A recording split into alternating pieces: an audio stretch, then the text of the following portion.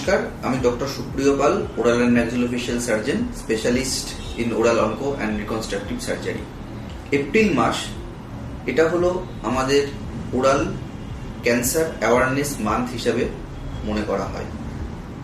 সেই মাসে আমরা সারা দেশ এবং রাজ্যব্যাপী ওরাল ক্যান্সারের অ্যাওয়ারনেস প্রোগ্রামগুলো পরিচালনা করে থাকি।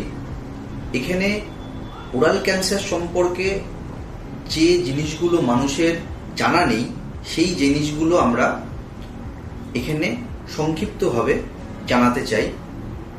মানুষের যদি মুখের মধ্যে একটা কোনো ঘা বা কোনো লাম 2 সপ্তাহের বেশি সময় ধরে থাকে, তাহলে সেক্ষেত্রে আমাদের খুব শীঘ্রই কোনো একটা ফিজিশিয়ান বা স্পেশালিস্ট ডেন্টাল বা ওরাল বা আমাদের মতন ম্যাক্সিলোফেশিয়াল স্পেশালিস্টদের কাছে তার পরামর্শ নেওয়া উচিত।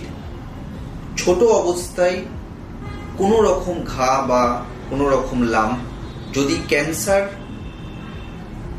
রোগটার দিকে যেতে থাকে, তাহলে সেই মুহূর্তেই যদি আমরা ওটাকে স্ক্রিনিং এবং ডিটেক্ট করে তার চিকিৎসা শুরু করতে পারি, তাহলে এই মুহূর্তে ক্যান্সার সম্পূর্ণ একটা কিউরেবল ডিজিজ।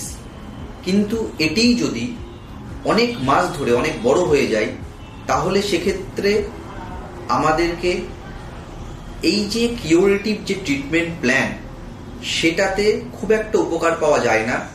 সেক্ষেত্রে ধীরে ধীরে এটা যখন বড় হয়ে আসে, তখন আমাদের সার্ভাইভাল রেট যেটা 3 ইয়ার্স বা 5 ইয়ার্স, সেই রেটের পার্সেন্টেজ কমতে থাকে। মানে আমাদেরকে চিকিৎসা করার পরেও সম্পূর্ণভাবে সুস্থ জীবন অনেক সময় ধরে দেওয়া সম্ভব হয় না। তাই ছোট অবস্থায় যদি কোনো রোগ মুখের মধ্যে বা মুখের চারপাশের যে আমাদের গালের ভেতরের যে মিউকোসা বা জিভ, তালু, দাঁতের চারপাশের যেসব মাড়ি, ঠোঁট, এইসব অংশে কোনো রকম ক্যান্সার দেখা দেয়, তাহলে ছোট অবস্থায় তার ট্রিটমেন্ট করলে এটা সম্পূর্ণভাবে সুস্থ করে দেওয়া সম্ভব। তাহলে মুখ এবং মুখমণ্ডলের যে সার্জারি, সেই সংক্রান্ত বিশেষজ্ঞ হওয়াতে আমি যেসব মুখের বিভিন্ন সাবসাইটে ক্যান্সারগুলো থাকে, এগুলো অপারেশন করে থাকি। এই হেলথ পিলার হসপিটালে আমি দীর্ঘদিন ধরে এই জাতীয় পেশেন্টের যে ডায়াগনোসিস এবং ট্রিটমেন্ট সেটা করে থাকি। আপনারা যদি এরকম কোনো সমস্যা থাকে, তাহলে এখানে যোগাযোগ করতে পারেন। আমরা সম্পূর্ণ চিকিৎসার ব্যবস্থা এখানে করে থাকব। আপনাদের যদি এরকম বাড়ির কারোর এবং আশেপাশের কারোর এইরকম কোনো রোগের সম্ভাবনা দেখা দিচ্ছে বা এরকম রোগ শনাক্ত হয়ে থাকে, কোথাও ট্রিটমেন্ট দেরি হচ্ছে, তাহলে ট্রিটমেন্ট দেরি না করে আমরা এই ট্রিটমেন্টগুলোকে যত তাড়াতাড়ি সম্ভব শেষ করতে পারবো, তাহলেই রোগীর সুস্থতা তাড়াতাড়ি ফিরে আসবে।